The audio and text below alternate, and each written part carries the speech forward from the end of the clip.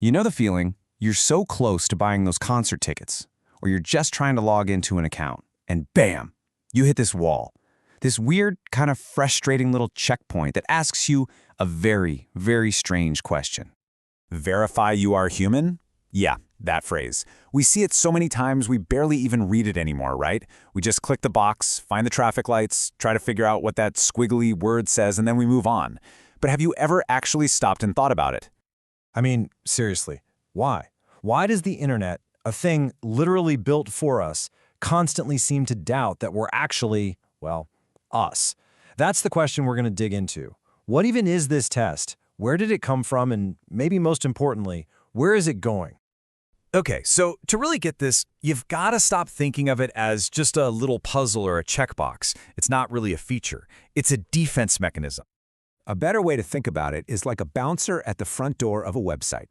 Its one and only job is to separate the real people, that's you and me, from the unwanted guests. And believe me, those unwanted guests are the entire reason this whole thing exists in the first place. So who are these unwanted guests? Well, meet the villains of our story. Bots.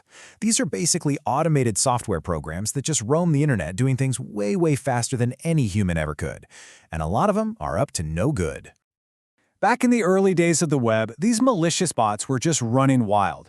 We're talking millions of fake accounts being created to blast out spam, entire websites getting illegally copied, and online polls or ticket sales getting totally overwhelmed. It was chaos. They were ruining the internet for actual people, and something had to be done. So in the early 2000s, some really smart researchers at Carnegie Mellon University came up with a brilliant idea. They figured, what if we could design a test that was super easy for humans, but almost impossible for computers? And they called it CAPTCHA. Yeah, it's a bit of a mouthful, but the important part is right there in the name. A test, to tell computers and humans apart. It's kind of a reverse Turing test. Instead of a person trying to figure out if they're talking to a computer, the computer is trying to figure out if it's dealing with a person. Now this is where the genius of the whole thing really shines. See, back then, computer vision was pretty basic. It could read clean, simple text just fine. But our brains are pattern recognition superstars. We can look at those wavy, distorted, messy letters and instantly see a word. A computer at the time, though, it just saw a total mess of pixels. And that gap, that difference in ability, was the secret weapon.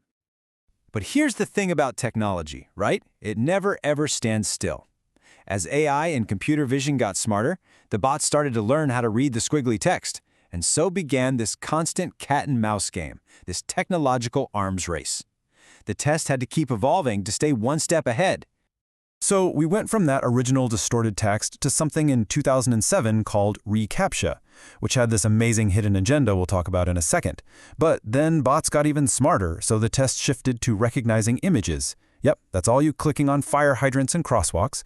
And now, today, the test has gotten so good that a lot of the time, it's completely invisible. And this is where the story gets really, really clever. The folks behind reCAPTCHA had an incredible light bulb moment. They thought, wait a minute. What if, while millions of people are spending a few seconds proving they're human, we could use that collective brainpower to do something massive?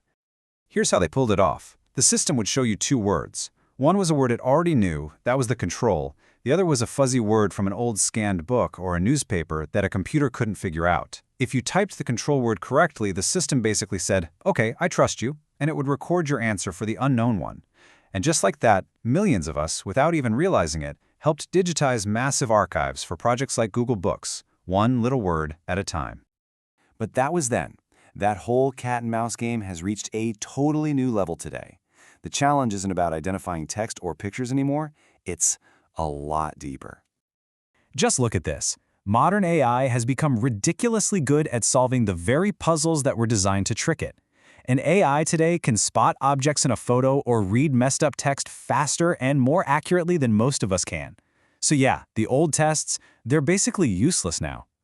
So, if you can't test for what someone knows anymore, what do? Well, you switch tactics. You stop looking at what they do and you start watching how they do it. The test is shifted from an exam of your knowledge to an observation of your behavior. This is exactly why a lot of the time all you do now is click a single box that says, I'm not a robot.